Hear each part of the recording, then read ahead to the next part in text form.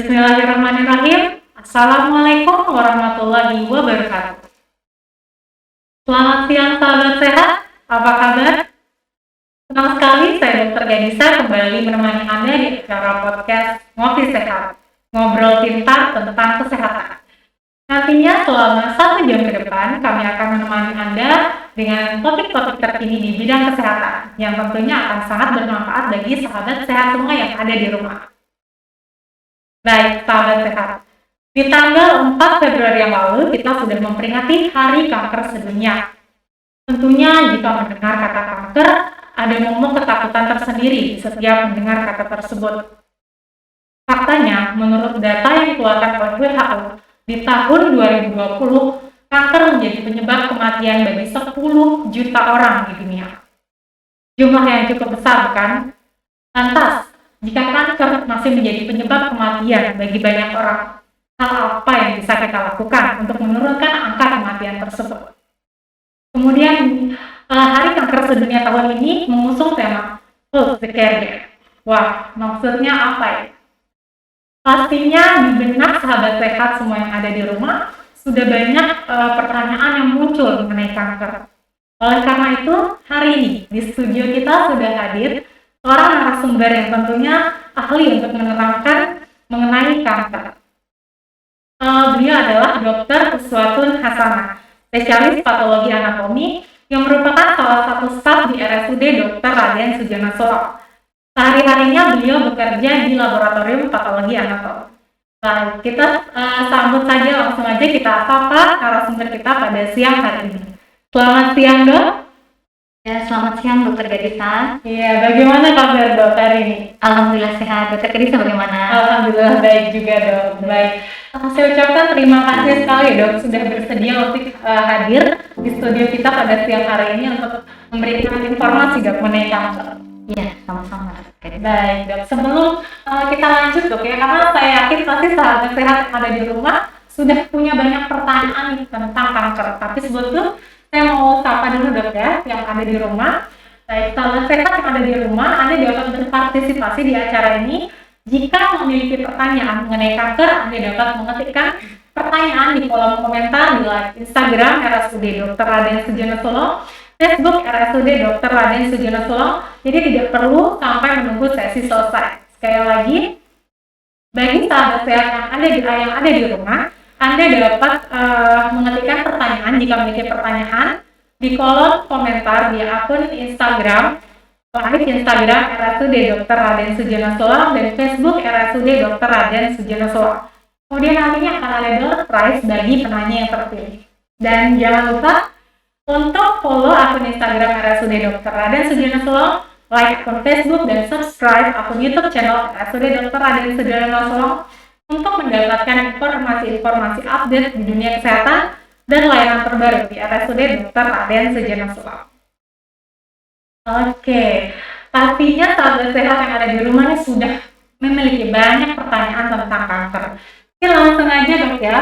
Kalau mendengar Dok tentang kanker, selama ini kan di masyarakat Dok ya yang banyak terdengar Dok istilah tumor dengan kanker Dok. Apa ada perbedaan Dok ya antara istilah tumor dengan kanker? Baik Dr. Gadisa, sebelumnya saya ingin menyapa sahabat sehat di rumah. Terima kasih sudah diundang di acara podcast pagi ini. Kita akan membahas lebih jauh, lebih banyak lagi informasi tentang tumor dan kanker. Memang selama ini di masyarakat masih banyak yang belum mengerti apa sih sebenarnya perbedaannya. Jadi tumor itu sebenarnya Dr. Gadisa adalah suatu benjolan yang bersifat tidak normal ada di tubuh kita. Jadi itu disebut sebagai tumor. Penyebabnya bisa karena memang kanker. Maksudnya kanker adalah tumor yang bersifat ganas. Jadi kita baru katakan sebagai kanker jika tumornya bersifat ganas. Jadi tumor ini ada juga yang bersifat jinak. Jadi tumor yang jinak tentunya berbeda dengan tumor yang bersifat ganas. Tetapi perlu digarisbawahi bahwa keganasan atau kanker tidak selamanya dia berbentuk benjolan. Jadi ada juga kanker yang tidak berbentuk benjolan. Misalnya kanker darah atau yang lebih dikenal dengan leukemia, itu juga suatu kanker atau suatu keganasan. Jadi kita katakan sebagai kanker jika benjolannya bersifat ganas dan tumor itu hanya istilah secara umum saja bahwa ada suatu benjolan yang bersifat abnormal atau tidak normal di tubuh kita. Seperti itu, Dok. Baik dok, penjelasannya sudah cukup lengkap ya, sahabat sehat. Jadi tumor itu istilah umum dok ya. Untuk kanker sendiri adalah tumor ganas. Dan jangan terpaku bahwa tumor itu selalu kanker itu selalu benjolan ya dok ya. Ternyata ada juga yang tidak bersifat benjolan tadi dok ya, seperti misalkan kanker darah tadi. Nah, kalau begitu dok, sebenarnya organ tubuh atau bagian tubuh mana saja dok sebenarnya yang bisa terkena kanker atau tumor? Baik, Dok. Kanker ini sebenarnya bisa terjadi di organ tubuh mana saja. Dari ujung kaki sampai ujung kepala itu bisa menjadi suatu kanker atau ganas. Misalnya yang dari bawah misalnya kanker leher rahim, kanker serviks, kemudian kanker payudara yang banyak kasusnya, kanker kolorektal itu di kolon, di saluran cerna. Bisa juga yang banyak kasusnya itu kanker tiroid, itu di leher ya, seperti itu dok. Bahkan di otak pun bisa, kanker otak itu ada. Jadi intinya kanker itu atau keganasan itu bisa terjadi di organ mana saja. Dan yang saya sebutkan tadi bisa juga malah terjadi di darah, itu leukemia, seperti itu dok.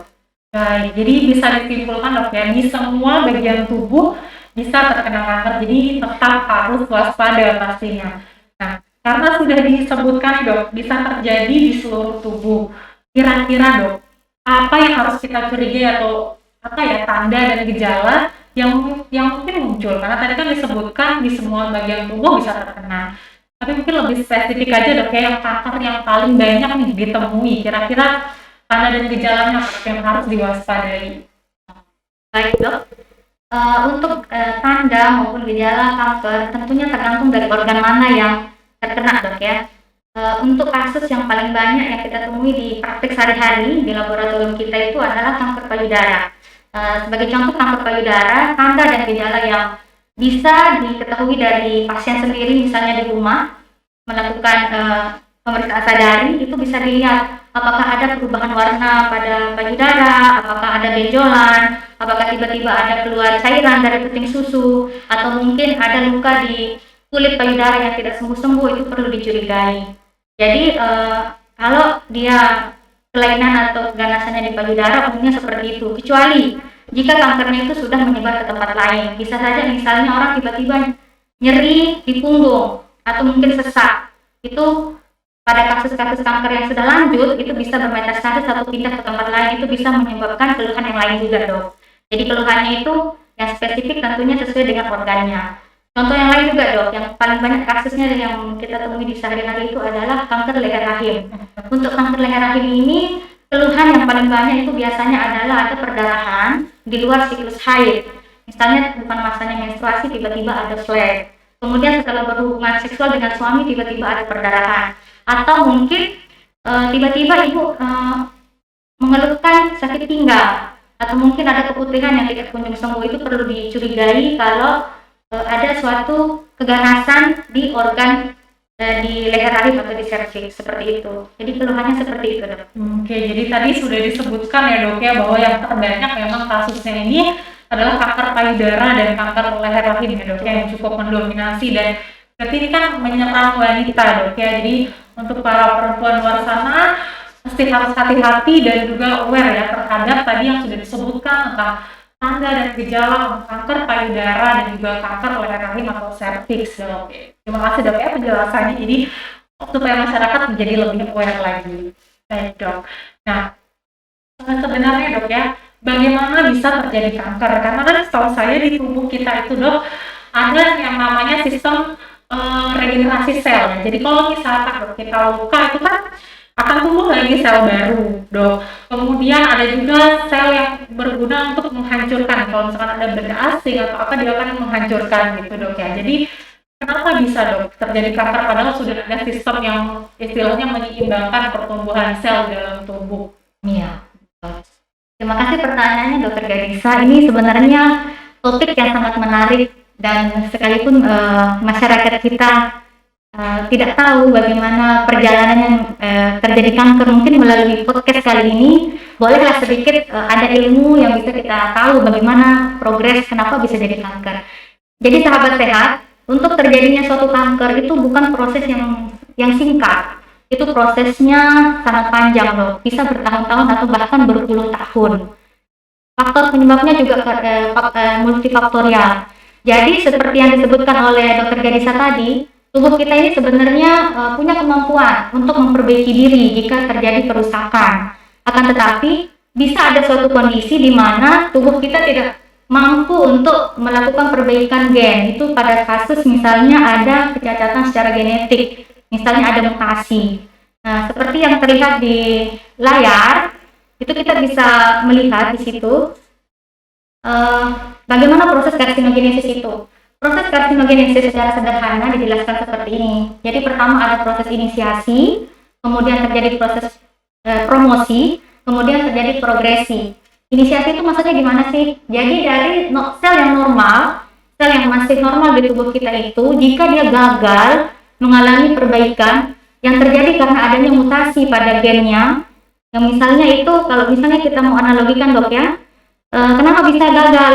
Ini kan ada ini pengaturnya di tubuh kita. Ini gagalnya itu seolah kayak begini dok. Ada driver, ada pengemudi. Kalau misalnya dia neken gasnya terlalu kencang, itu kan kita bisa jatuh kan? Nah seperti itu. Atau mungkin remnya yang belum. Jadi ada mutasi di salah satu gen yang mengatur laju pertumbuhan sel, atau mutasi pada gen yang mengatur penghambatan untuk pertumbuhan sel ini bisa menyebabkan sel itu melajunya itu kencang. Jadi itu kalau dia sudah lolos dari tahap itu, itulah yang disebut sebagai sel yang sudah terinisiasi. Jadi secara genetik dia itu sudah cacat. Satu sel itu dia akan terus beranak pinak menjadi klon-klon yang populasi yang cacat tadi. Kemudian dari klon-klon yang tadi itu dia akan mutasi lagi, ada mutasi kedua, mutasi ketiga, itu dibilang passenger mutation kalau bahasa kedokterannya dok. Itu nanti yang akan kemudian membentuk klon baru yang kemudian dia masuk ke organ sekitarnya, dan setelah masuk ke organ sekitarnya dia bisa pindah ke tempat lain, kayak begitu dok. Jadi proses dari pertama dia satu sel menjadi sel ganas itu prosesnya multi step, prosesnya panjang dan lama, seperti itu dok. Baik dok, penjelasan yang cukup lengkap dan juga menjadi informasi yang sangat menarik dok ya. Jadi tadi ada proses mutasi dok ya yang terjadi di tubuh, sehingga makanya tidak terjadi ya sistem keseimbangan antara regenerasi dan juga penghancuran seperti itu dok ya, dan memakan waktu yang cukup lama. Baik dok, terkait mutasi dok ya, ini sebenarnya apa yang bisa menyebabkan terjadinya mutasi gen sehingga menyebabkan kanker dok? Atau mungkin orang-orang kenal dengan istilah faktor resiko dok ya, yang bisa menyebabkan terjadinya kanker. Iya, baik dok. Memang kalau kita bicara kanker ini orang sering dengar mutasi. Jadi untuk terjadinya kanker itu ada yang memang yang bersifat familial atau diturunkan, atau misalnya ada riwayat keturunan. Itu memang cacat genetik yang tidak bisa diperbaiki. Itu sifatnya itu sedikit dok, itu minoritas sebenarnya.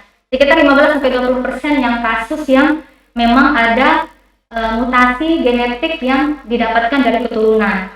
Akan tetapi sebagian besar kasus kanker yang perlu kita ketahui adalah dia bersifat sporadik istilahnya. Jadi itu terjadi kanker karena adanya paparan faktor risiko, misalnya karena faktor lingkungan, terpapar dengan radiasi, atau mungkin penggunaan hormonal jangka panjang. Itu sebenarnya kasus yang lebih banyak terjadi. Akan tapi kembali lagi bahwa terjadinya kanker itu bukan hanya karena satu faktor. Jadi ada interaksi antara faktor genetik tadi, ada kerentanan genetik dan faktor lingkungan. Seperti itu dok. Baik, jadi ada banyak faktor dok ya, sebetulnya bukan hanya satu faktor. Jadi tadi Bu Dokter menyebutkan istilah genetik, cuma tidak terlalu istilahnya persenannya lebih tinggi gitu dok ya. Jadi misalkan dok, ada seorang anak yang ada seorang ibu gitu ya yang terkena kanker, berarti belum pasti ya anaknya akan terkena kanker juga. Belum, Iya, ada bakat. Cuma ada ya, betul. Ada kerentanan atau resiko yang dia bawa. Tetapi faktor lingkungan itu juga sangat berpengaruh dok.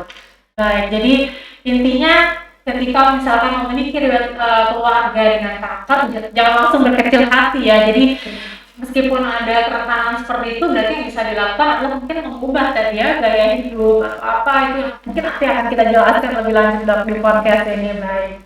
Nah, Seperti yang tadi sudah saya sebutkan dok di pembukaan awal, ini kematian kanker dok ya. Menurut data WHO di tahun 2020 itu sampai 10 juta orang di dunia dok. Itu jumlah yang sangat besar menurut saya. Nah, kira-kira dok, kenapa dok kanker ini masih menjadi penyebab kematian yang besar bagi orang di dunia? Iya, baik dok. Memang kalau dari data WHO itu Indonesia masih terhitung penyebab kematian akibat kanker itu tinggi. Bisa kita lihat data yang tertera di layar, baik pada jenis kelamin laki-laki maupun perempuan, itu kanker terbanyak itu memang breast, payudara. Kemudian pada laki-laki didominasi oleh kanker paru-paru. Itu kemungkinan besar ada hubungannya memang dengan kebiasaan merokok pada laki-laki, merokok aktif. Sebenarnya kita perempuan juga sebagai perokok pasif dok ya, tapi memang besar korelasinya bahwa laki-laki itu banyak yang menderita kanker paru-paru. Dan untuk di Indonesia sendiri memang kejadian kanker terbanyak itu adalah kanker payudara dan kanker leher rahim. Ini data di Indonesia. Ini data terbaru tahun, iya betul dok. Ini data terbaru tahun 2020. Kalau kita melihat di sehari-hari pun di RSUD Sujono Selong, pasien yang paling banyak datang kita terima itu adalah spesimen dari payudara, dan kasus untuk kanker payudara ini banyak. Kalau kita mau menghubungkan dengan kebiasaan kita sehari-hari, kemungkinan kasus kematian di Indonesia ataupun kasus insiden atau kejadiannya kanker di payudara di Indonesia ini tinggi, kemungkinan karena kurangnya upaya deteksi dini dok dan upaya pencegahan. Jadi di situ mungkin poin pentingnya kita sebagai perempuan masyarakat meningkatkan pengetahuan kita tentang penyakit kanker ini, karena ternyata banyak kasus kanker yang ditemukan itu biasanya pada stadium lanjut.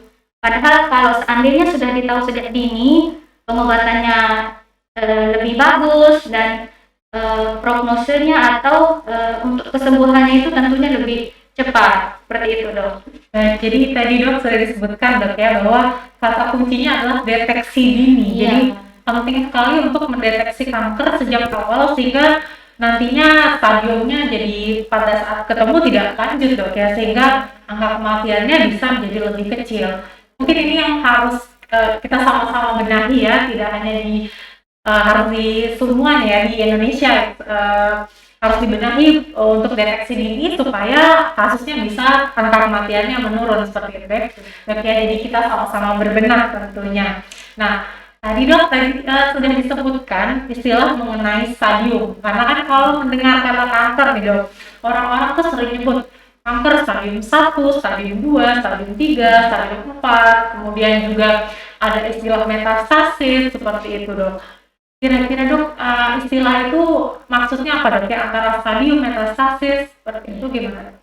Baik dokter Ganesha, istilah stadium itu kita gunakan memang untuk memberikan derajat untuk kasus kanker. Jadi pada tumor yang dini itu tidak ada istilah stadium. Kita hanya menggunakan istilah stadium pada kasus yang keganasan. Jadi stadium itu bisa dibilang adalah suatu derajat keparahan dari keganasan. Misalnya yang stadium 1 itu ukurannya tumornya tentunya lebih kecil dibandingkan misalnya sudah stadium 4 itu sudah ada metastasis. Nah, seperti yang ditanyakan tadi metastasis. Metastasis itu adalah keadaan di mana ada penyebaran sel tumor ganas itu ke organ yang lain.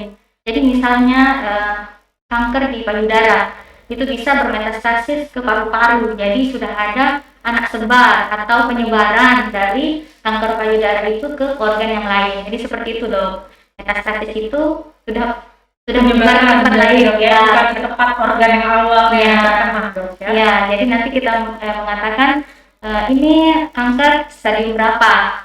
Itu tergantung dari ukuran tumornya, status kelenjar getah benihnya, dan dari ada tidak metastasis. Jadi status yang tadi ukuran tumor, status kelenjar getah benihnya, apakah ada juga di situ sarang tumornya, dan ada tidak metastasis itu menentukan stadium dari kanker itu sendiri. Baik, jadi Tadi kan di stadium itu disebutkan ada beberapa poin dok ya untuk penentuan stadium. Jadi memerlukan pemeriksaan yang komprehensif seperti dok ya. Betul. Nah, terkait dengan metastasis dok, disebutkan bahwa tadi kan metastasis berarti penyebaran ke organ lain. Nah, kira-kira dok, kenapa bisa terjadi metastasis dok? Apakah penyebarannya dari mana gitu dok? Iya, baik Dokter Ganisa. Tadi sempat saya membahas tentang karsinogenesis, mungkin sahabat saya masih ingat ya. Jadi di tahap terjadinya keganasan kepada tahap progresi itu sel-sel tumor yang sudah terbentuk tadi, kelompok yang tadi itu dia kan perlu makan tuh dok. Yang namanya sel hidup dia perlu makan. Jadi dia itu berinvasi. Jadi langkah pertama bagaimana dia bermetastasis, tentunya dia menyebar ke lingkungan sekitarnya. Itu langkah pertama dia bermetastasis. Ini adalah cara untuk dia mencari makanan dan mempertahankan diri mereka. Pertama dia bermetastasis ke jaringan sekitarnya. Itu pertama. Kemudian yang kedua, ini sel tumor ini dia bisa masuk ke dalam saluran kelenjar getah bening. Jadi di dalam lingkungan microenvironment dari tumor itu, di situ sudah ada kelenjar getah bening yang lewat di situ. Itu dia bersamaan dengan pembuluh darah kita. Jadi dia bisa masuk di situ dok. Jadi jangan heran kalau misalnya nanti ada orang tumor payudara atau kanker yang sudah kanker ini yang sudah ganas, itu bisa ada benjolan di ketiaknya. Nah itu adalah salah satu cara penyebaran dari kanker itu sendiri, yaitu lewat kelenjar getah bening. Kemudian yang ketiga dok, kanker itu juga bisa menyebar lewat aliran darah. Jadi yang seperti yang saya jelaskan tadi, ada microenvironment, di situ ada pembuluh darah, dia bisa masuk ke dalam aliran darah kita. Dan yang kasus seperti ini, kalau dia sudah masuk di pembuluh darah, itu bisa dia bermetastasis jauh sekali dari tempat asalnya. Misal yang tumor atau kanker di payudara bisa saja pindah ke otak, atau dia tuh singgahnya di paru-paru, atau misalnya singgahnya di tulang belakang. Itu karena kalau dia masuk dalam pembuluh darah, artinya dia bisa kemana-mana. Begitu dok. Baik dok, jadi tadi dijelaskan ada 3 dok ya, berarti menginvasi jaringan sekitar, kemudian juga melalui kelenjar getah bening dan darah ya dok. Berarti kita nggak perlu heran dok ya, misalkan kanker utamanya di paru-paru kok tiba-tiba ada di otak gitu metastasenya, karena tadi sudah dijelaskan ada banyak cara dok ya untuk menuju ke tempat-tempat yang jauh. Jadi perlu diwaspadai ya dok ya metastasis ini dok. Baik. Nah, ini dok, ini kan kita banyak dengar cerita juga dok di masyarakat dok, terkait pertanyaan selanjutnya. Misalkan ada benjolan dok ya, ketemu ternyata itu kanker gitu. Kemudian dioperasi dok. Setelah dioperasi ternyata nggak berapa lama kemudian muncul lagi benjolan di tempat yang sama. Nah, kira-kira dok, kalau seperti itu, apa bisa dok ya kita katakan kanker itu sembuh? Karena kan muncul lagi nih dok. Apa bisa sebenarnya kanker itu sembuh? Iya, baik dok. Kalau kita ditanya, ini sekarang kanker, aduh kayaknya nggak sembuh. Sebenarnya jawabannya itu bisa 2. Kalau kanker ditemukan pada stadium yang masih dini, itu dia belum, ukuran tumornya itu masih kecil, dia belum menyebar ke tempat lain, itu dia bisa dibersihkan semuanya dok. Jadi dia tidak ada sisa. Yang kondisi seperti ini tentunya dia akan bersih. Secara tindakan pembedahan dia sudah bersih, terangkat semua. Resectable istilahnya. Tetapi pada kasus kanker yang sudah lanjut, itu dia bisa ukuran tumornya itu lebih besar, bisa lebih 5-10 cm. Dia sudah menekan ke organ yang lainnya. Nah, yang kasus seperti ini secara makroskopis tentunya di atas meja operasi tidak bisa dibersihkan semuanya dok. Nah itulah yang kemudian nanti akan dilanjutkan dengan tindakan modalitas terapi yang lain. Tetapi yang namanya kanker, kita kan tidak bisa melihat yang mana bagian yang sudah bersih apa tidak. Jadi pada kasus yang stadium sudah lanjut, ya memang bisa saja muncul benjolan lagi gitu. Jadi bisa saja muncul. Itulah gunanya setelah tindakan surgery untuk kasus-kasus yang sudah lanjut itu dilanjutkan dengan terapi yang lain dok. Seperti itu. Baik dok. Jadi sebenarnya bisa dibilang sembuh atau tidak relatif dok. Ya kita nggak bisa langsung bilang bisa sembuh, nggak bisa sembuh, karena tadi ada banyak ternyata faktor yang menentukan bisa sembuh atau tidak dok ya. Balik lagi berarti kata kuncinya adalah deteksi dini ya. Karena jika deteksi dini kemungkinan untuk sembuhnya jadi lebih besar ya. Jadi menjadi kata kunci nih bagi sahabat yang ada di rumah bahwa deteksi dini itu sangat penting. Jadi untuk menentukan kesembuhan yang harus deteksi dini segera supaya kesembuhannya makin tinggi seperti itu ya. Nah, baik dok. Mungkin kita agak kembali lagi ke yang sebelumnya dok. Tadi kan di proses terjadinya kanker sudah disebutkan bahwa terjadi mutasi gen dok ya. Dari dia mutasi gen kemudian sampai timbul benjolan itu kan memakan waktu yang cukup lama dok ya. Biasanya dok, kan ini karena makan waktu lama, kapan biasanya kanker itu mulai munculkan gejala dok?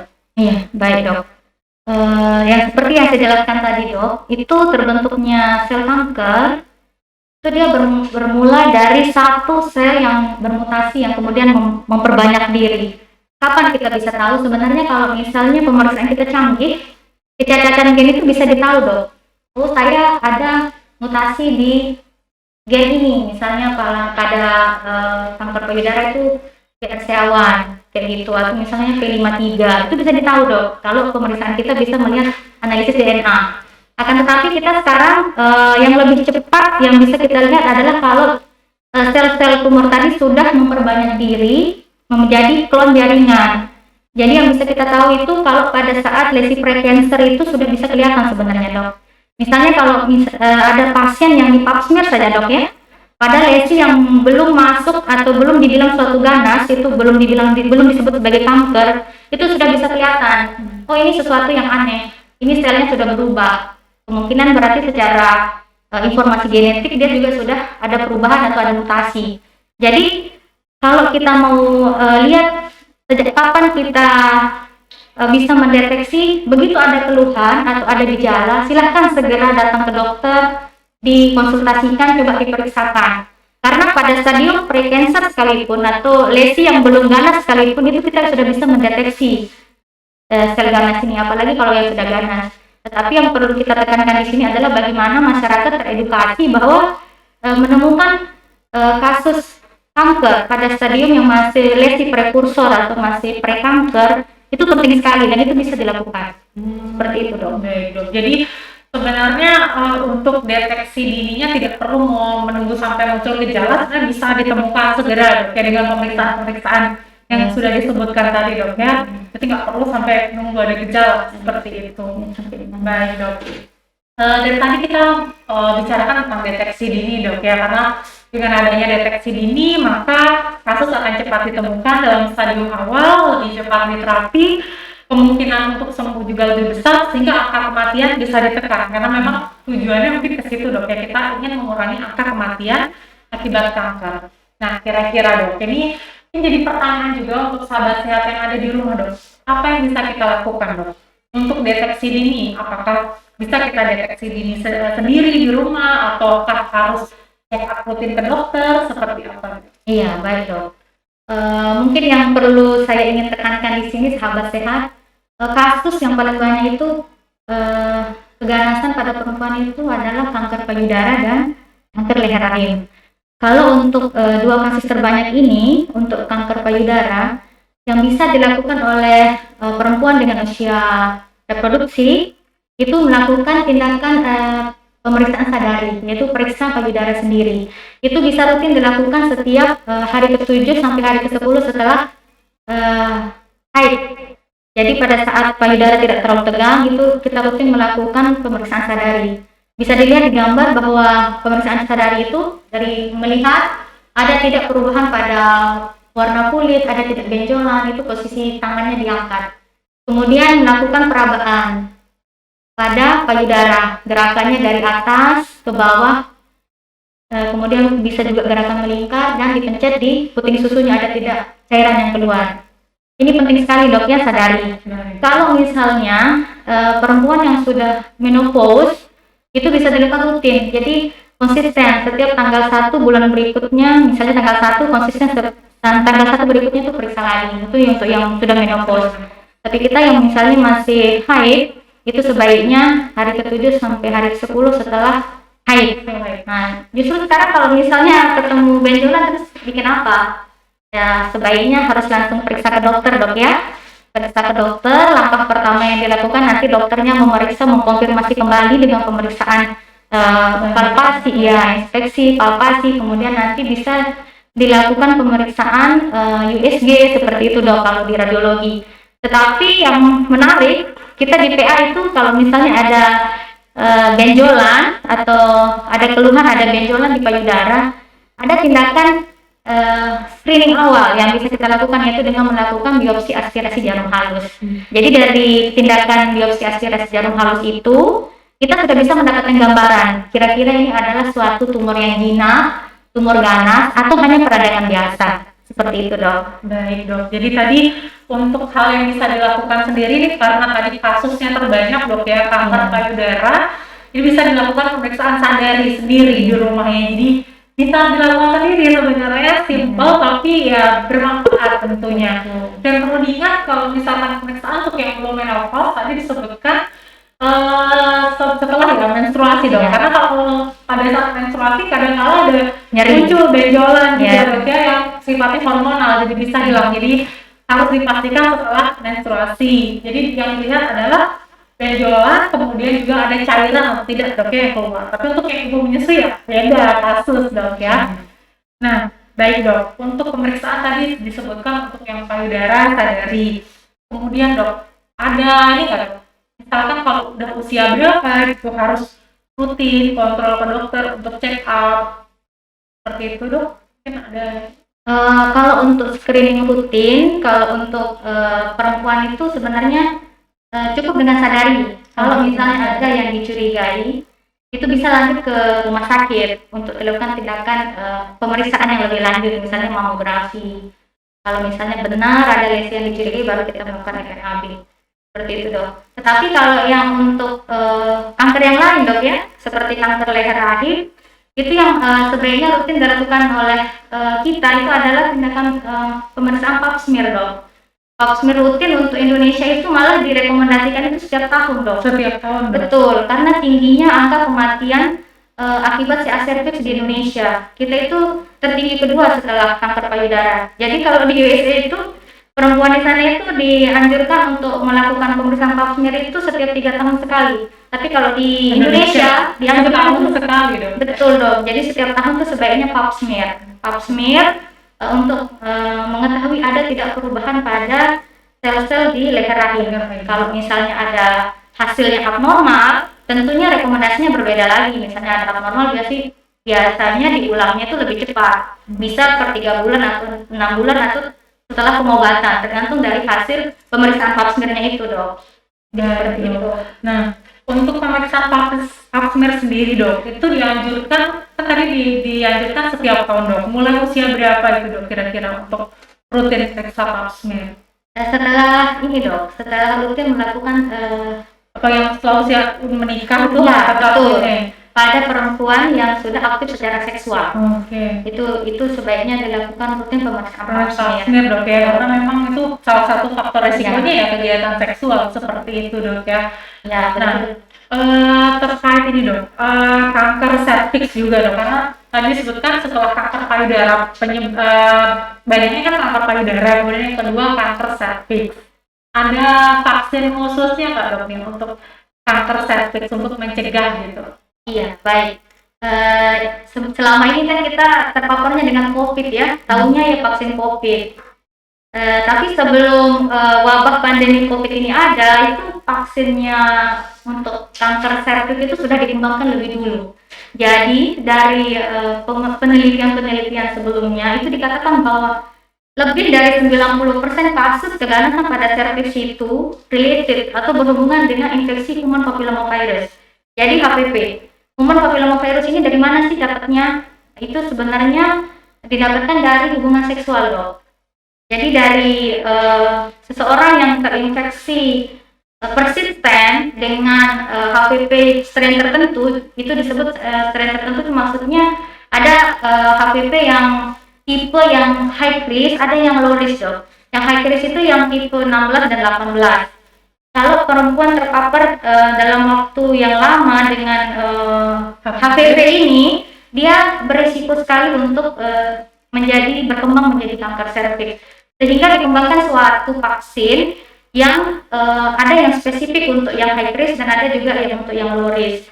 Jadi yang saya pernah baca itu memang tersedia vaksin baik untuk laki-laki maupun perempuan. Oh, berarti nggak cuma perempuan dok ya, ada untuk laki-laki juga. Betul.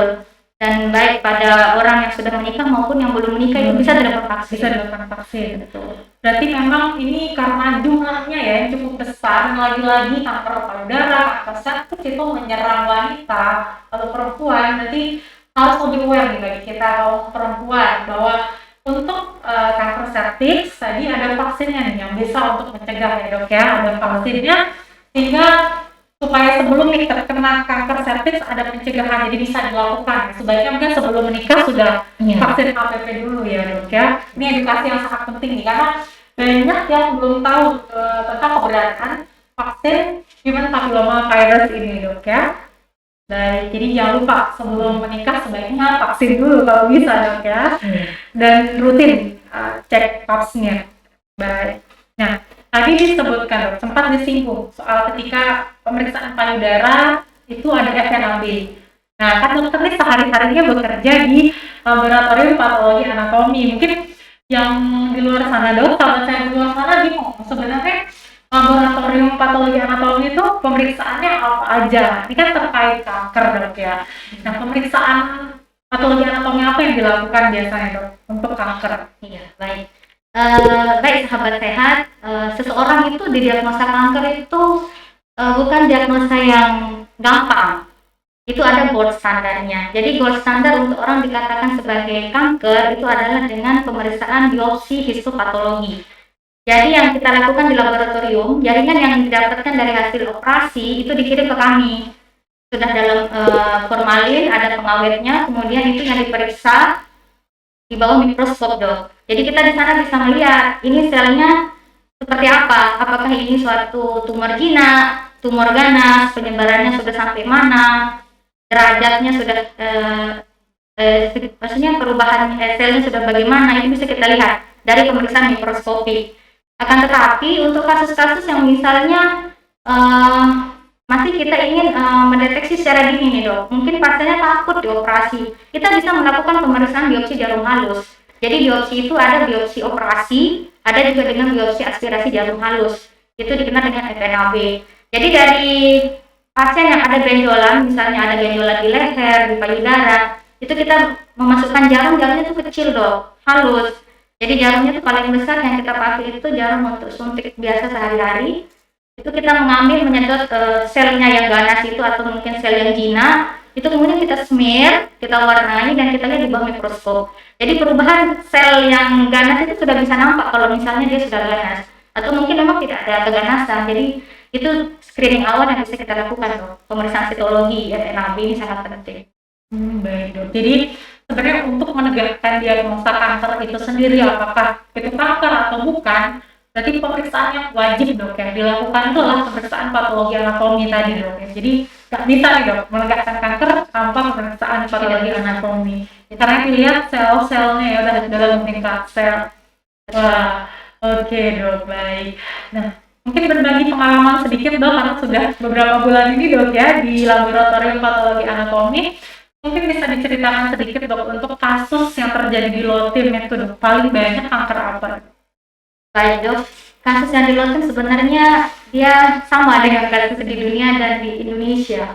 Kasus yang paling banyak yang saya temui, yang saya diagnosa sehari-hari itu adalah kanker payudara kalau pada perempuan dok.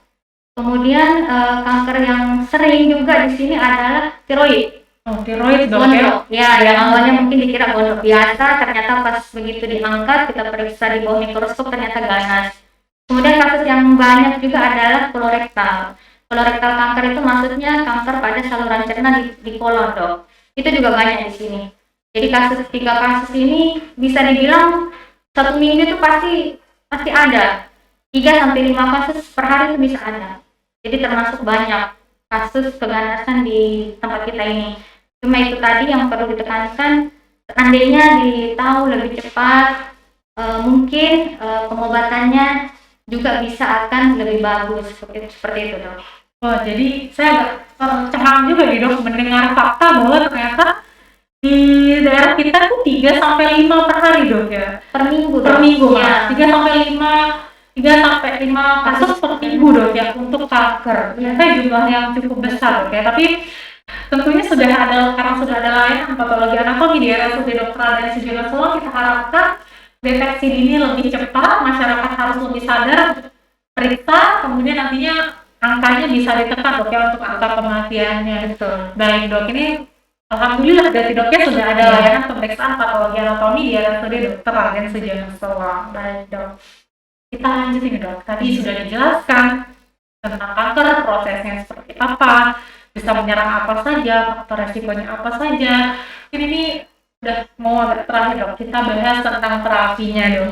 Selama ini kan kita mendengar tentang operasi kanker, kemudian juga ada kemoterapi, kemudian ada radioterapi untuk pengobatan kanker seperti itu.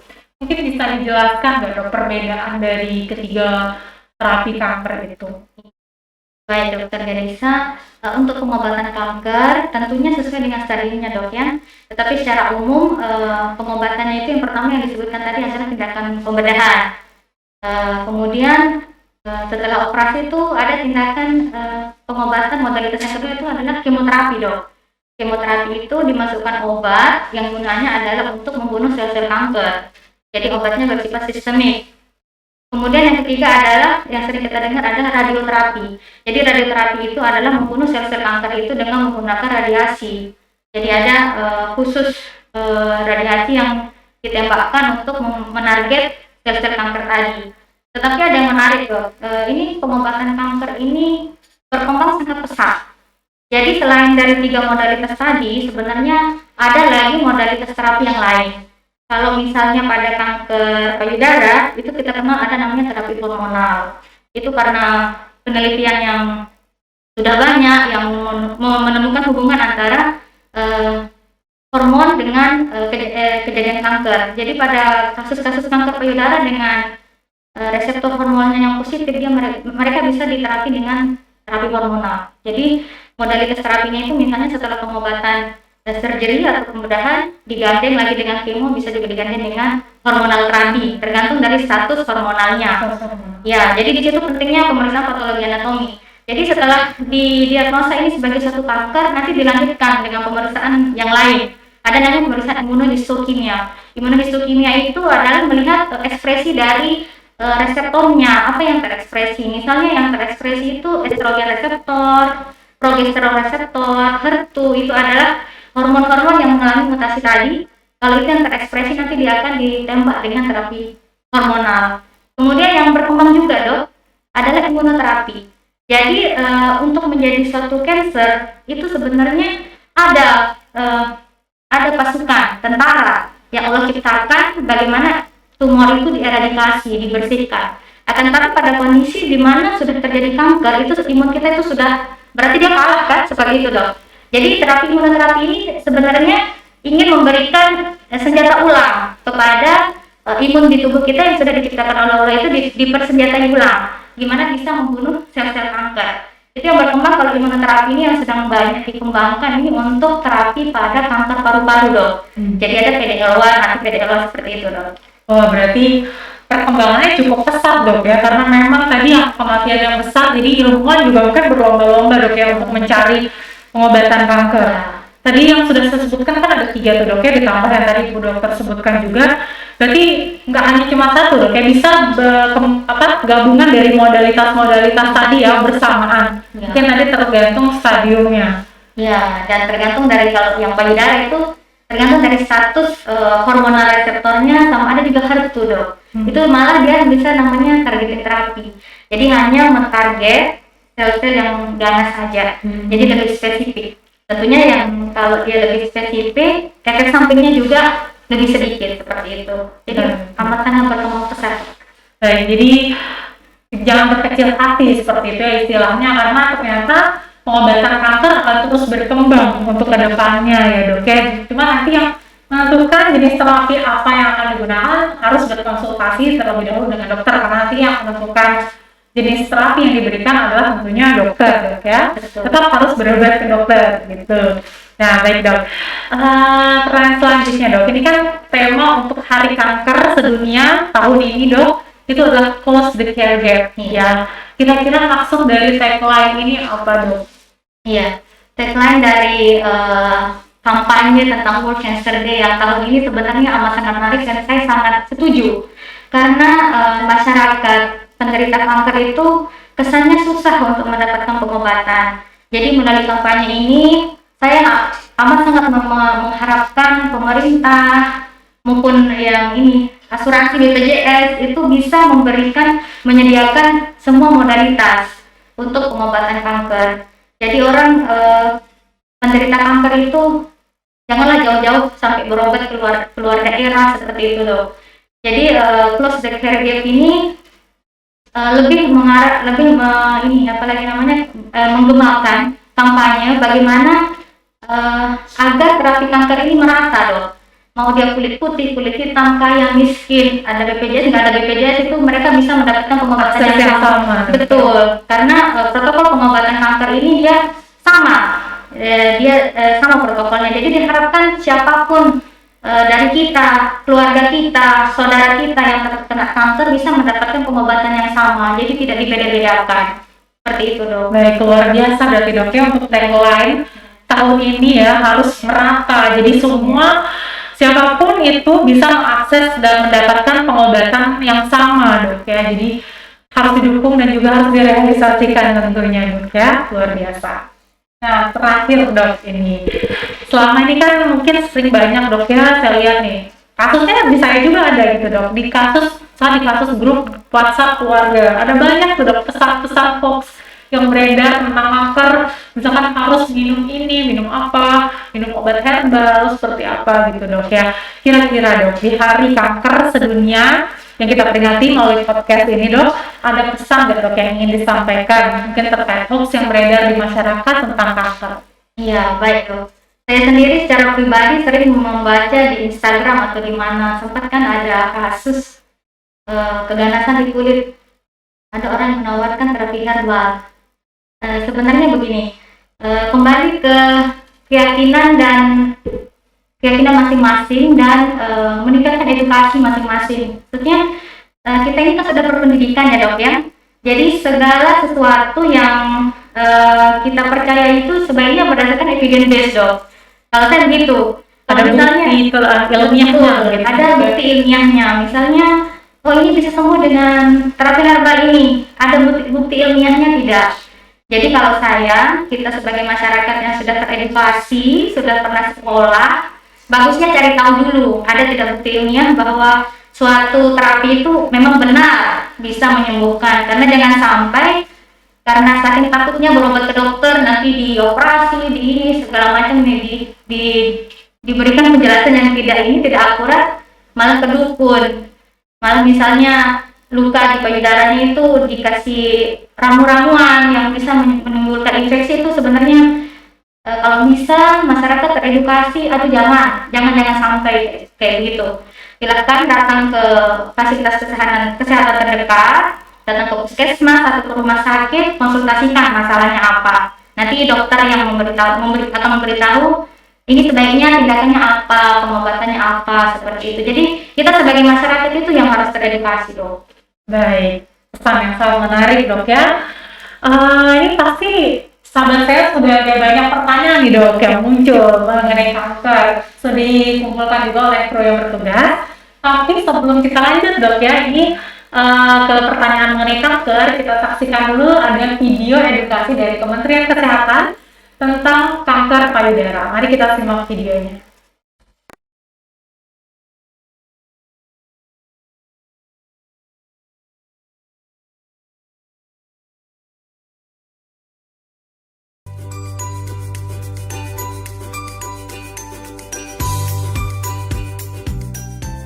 Hai, saya Mami BH. Iya, BH yang biasa Anda kenakan sehari-hari. Saya dan teman-teman mau berbagi cerita seputar kanker payudara. Kanker payudara tidak menakutkan kok bila dikenali. Yuk lakukan pemeriksaan rutin dan obati secara medis bila terdiagnosa.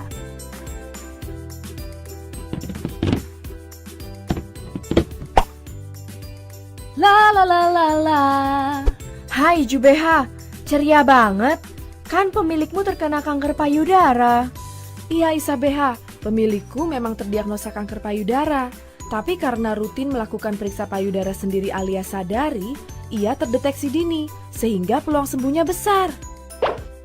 Wah, ada apa ini ribut-ribut? Hai Mami BH, Isa BH bertanya mengenai pemilikku yang terkena kanker payudara dan seputar sadari. Kalau itu sih, Mami tahu banget. Kalau begitu, jelasin dong Mami.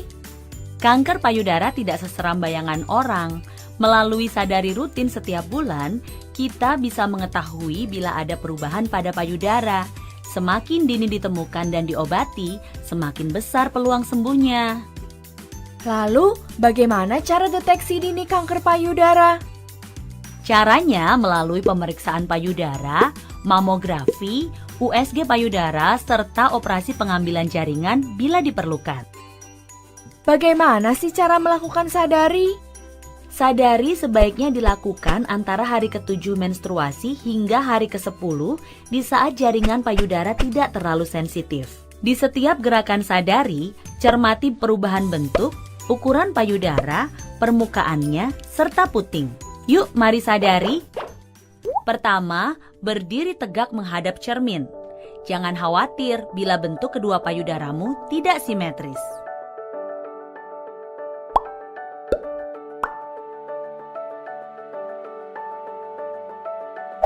Kedua, letakkan kedua tangan di belakang kepala, dorong siku ke depan dan dorong siku ke belakang. Amati payudara. Ketiga, letakkan kedua tangan di pinggang. Bungkukkan badan sehingga payudara menggantung. Rasakan bila seperti ada yang mengayun di dalam payudara. Setelah selesai, tarik kembali ke belakang.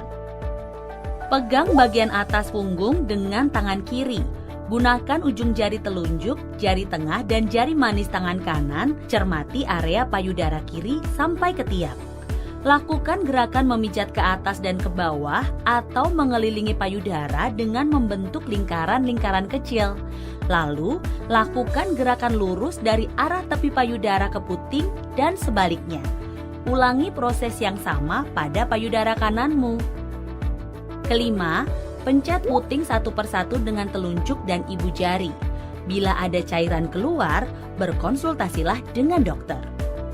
Terakhir, berbaring dan letakkan bantal di bawah pundak kanan.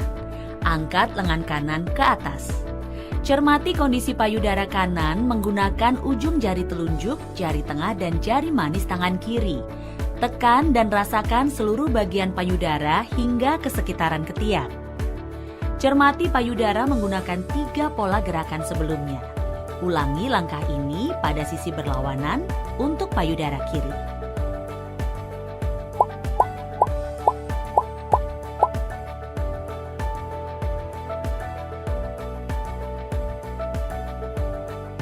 Meskipun 8 dari 10 benjolan pada payudara bersifat jinak, namun jika menemukan benjolan atau perubahan payudara, segera periksakan ke dokter. Terus, apa aja sih penyebab kanker payudara? Penyebabnya belum diketahui. Dimulai dari sel-sel payudara yang membelah diri lebih cepat, tanpa terkendali, dan bisa menyebar ke organ tubuh lain.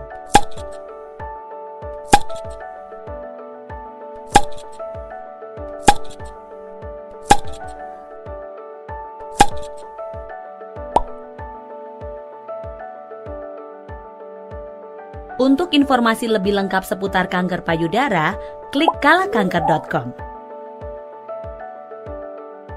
Wah, Mami BH pinter banget. Terima kasih infonya, Mami BH. Shh, jangan lupa lakukan sadari secara rutin ya.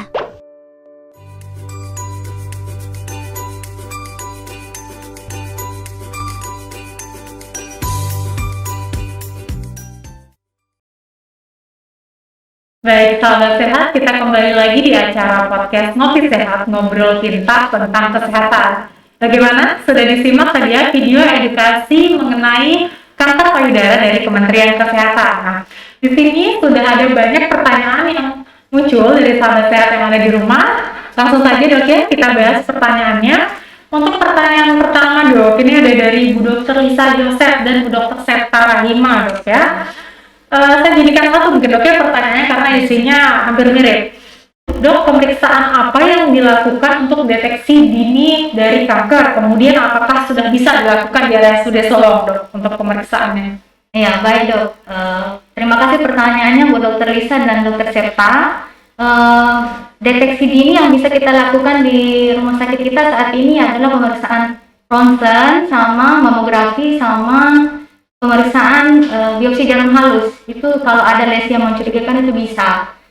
Dan kalau untuk kasus kanker yang lain, misalnya curiga prostat, itu bisa periksa PSA dok, itu tumor marker.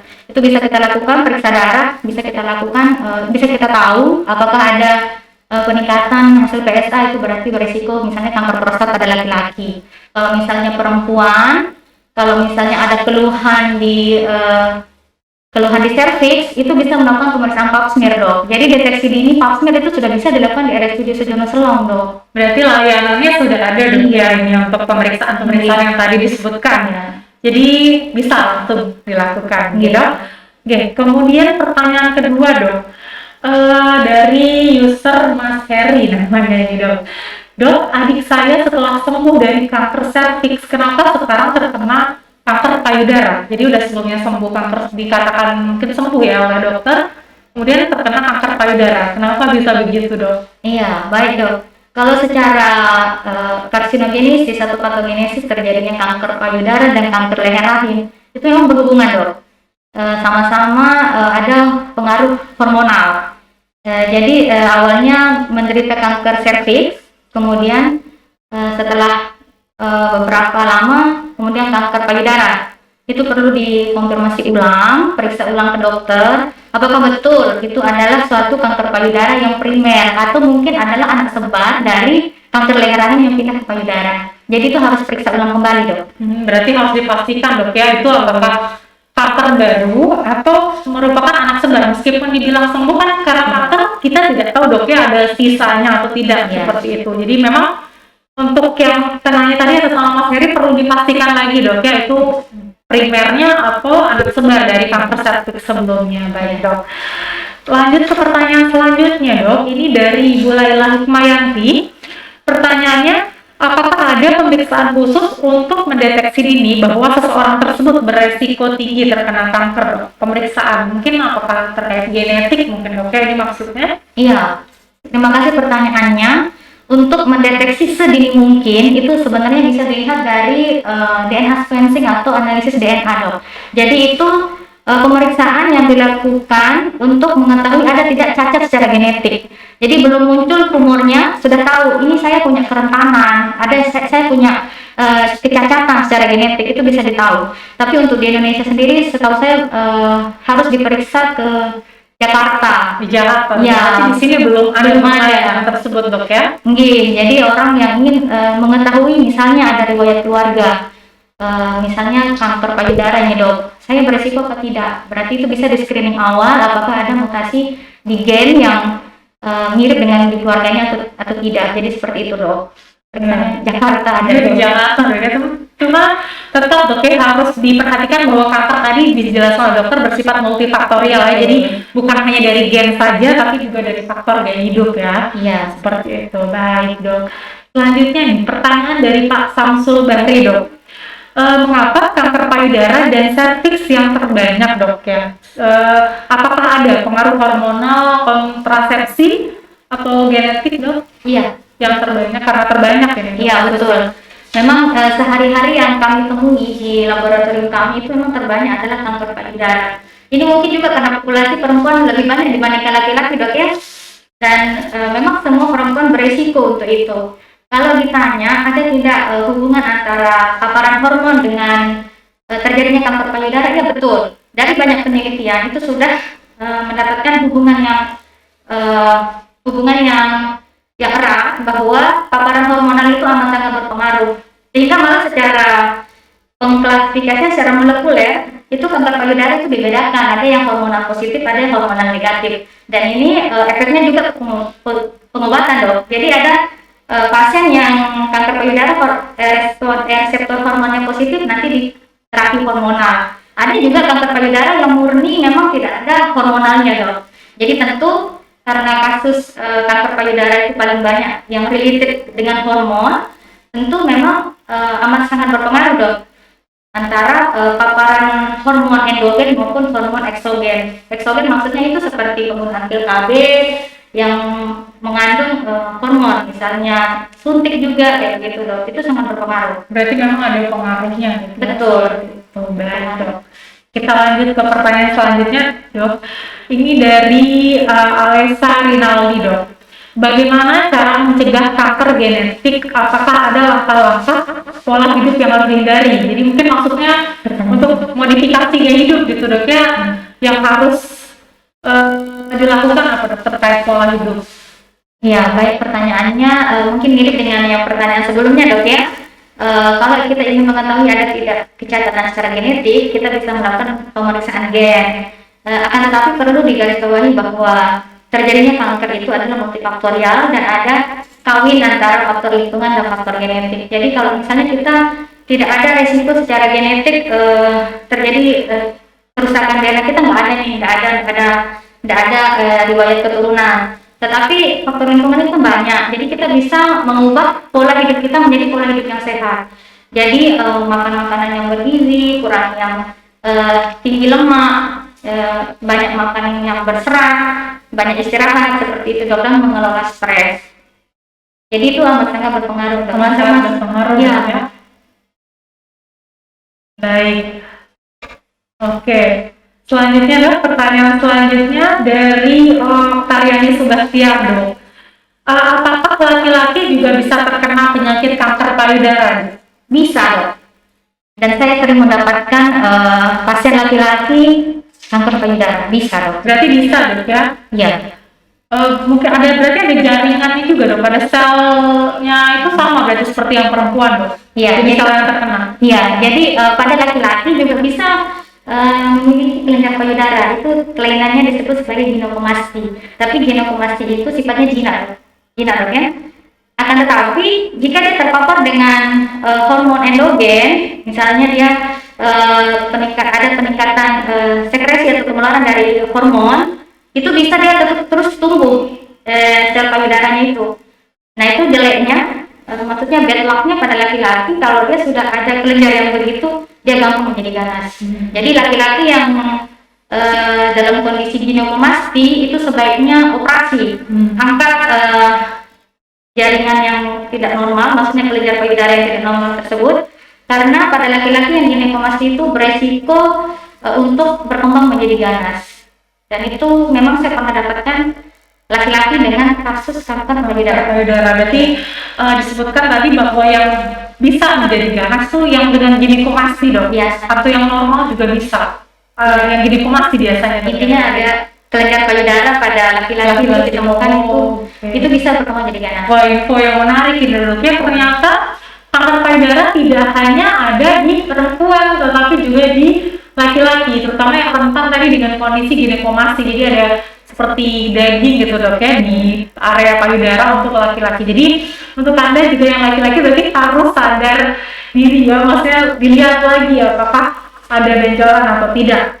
Kemudian dok, ini untuk pertanyaan terakhir dari RD Man. Untuk kanker prostat, apa cara terbaik untuk pencegahan dan screening awal?